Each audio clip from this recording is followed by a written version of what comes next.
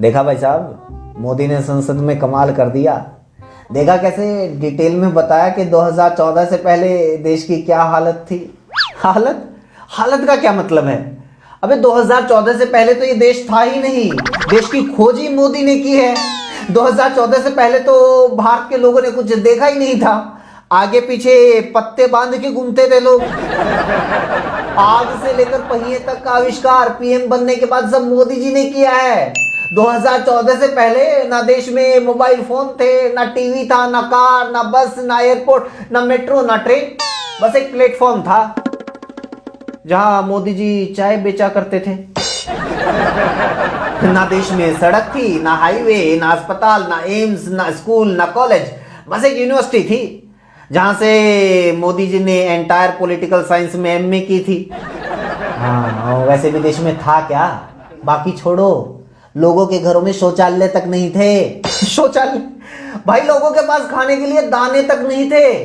जब पेट में कुछ जाएगा ही नहीं तो शौचालय बनवा कर क्या उसमें लूडो खेलते? कुछ बोलते रहो। मोदी ने राहुल गांधी की बोलती तो बंद कर ही दी। उसका तो करारा जवाब दिया ना। कौन सा जवाब? कौन से सवाल का जवाब मिला? राहुल गांधी ने तो पूछा था कि गौतम अडानी सिर्फ 8 साल में दुनिया के अमीरों की लिस्ट में 602 नंबर से 2 नंबर तक कैसे पहुंच गए? 8 साल में अडानी की संपत्ति 27 गुना कैसे बढ़ गई? सिर्फ 8 साल में अडानी की संपत्ति 5 अरब डॉलर से 137 अरब डॉलर कैसे हो गई? विदेश यात्रा पर कितनी बार गौतम अडानी प्रधानमंत्री के साथ गए थे? गौतम अडानी ने कितनी यात्राओं में बाद में प्रधानमंत्री को ज्वाइन किया? प्रधानमंत्री के किसी देश में पहुंचने के तुरंत बाद अडानी वहां पर कितनी बार पहुंचे? कितने ऐसे देश हैं जिन्होंने प्रधानमंत्री की यात्रा के बाद गौतम अडानी को कॉन्ट्रैक्ट दिए? अडानी ने बीजेपी को पिछले 20 साल में कितने रुपए दिए? बता, 1.5 घंटे की भय में कोई एक भी सवाल का जवाब मिला? अडानी के ऊपर जो आरोप लगे उसकी जांच की बात की मोदी जी ने? छोड़ो ना जांच, पूरे भाषण में क्या मोदी जी ने अडानी का नाम तक भी लिया? नाम लेने की हिम्मत नहीं है। जांच करवाएंगे। आपको तो सिर्फ मोदी सरकार में घोटाले दिखते हैं। याद होगा 2014 से पहले देश में कितने घोटाले हुए थे। संसद में मोदी ने सारे गिनवा दिए। 2014 के चुनाव से पहले मोदी ने क्या गिनवाया था? उसके बाद लगातार 8 साल से मोदी ने इसके अलावा क्या किया है? संसद में मोदी को बताना यह चाहिए था कि जिन घोटालों के आरोप वो लगा रहे थे, जिन घोटालों के आरोप लगाकर वो सत्ता में आए थे, उनमें क्या कार्रवाई हुई है। जिस 2G 3G जैसे घोटाले के आरोप लगाए गए थे वो कोर्ट में झूठे कैसे साबित हो गए।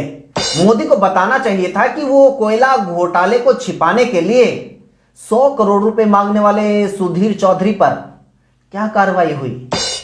बाकी जिन लोगों पर बीजेपी आरोप लगाती थी वो लोग बीजेपी में ही कैसे शामिल हो गए। उस काले धन का क्या हुआ जिसमें से यूं ही लोगों को 15-15 लाख रुपए मिलने वाले थे। उस काले धन वालों का क्या हुआ? उनके ऊपर कार्रवाई क्या हुई जिनका काला धन विदेशी बैंकों में बंद था?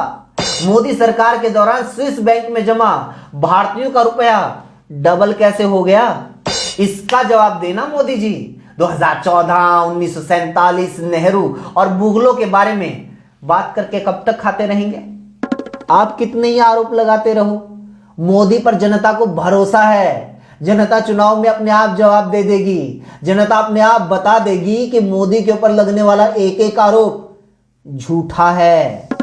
मतलब सारे आरोपों का जवाब चुनावी हार जीत से ही मिलना है। तो फिर एक काम करो, ये police, CBI, ED, IT, SEBI, थाने, चौकी, संसद सब पर ताला लगा दो। इसकी जरूरत ही क्या है?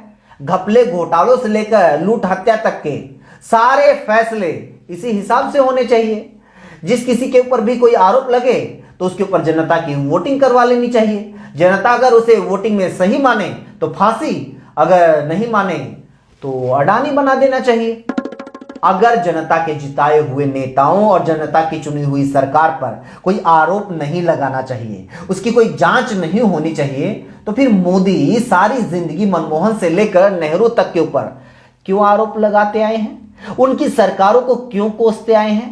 उनको भी तो जनता ने चुना था ना, उनकी सरकार भी तो जनता ने वोट देकर बनाई थी। अगर चुनी हुई सरकारों और प्रधानमंत्रियों पर सवाल उठाना गुनाह है तो फिर सबसे बड़े गुनहगार तो मोदी हैं।